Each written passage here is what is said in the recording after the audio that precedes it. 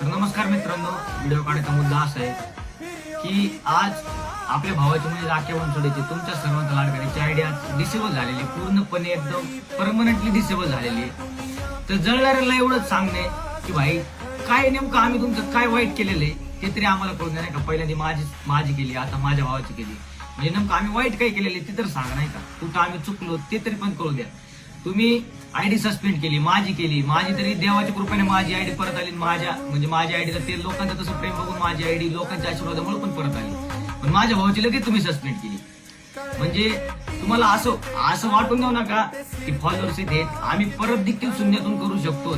अगोदर पण सगळं शून्यातूनच केलेले आणि माझ्या भावाने अगोदर पण सगळं शून्यातूनच केलेले.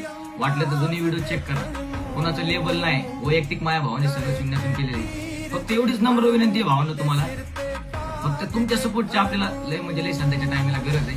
लवकरात लवकर जाऊन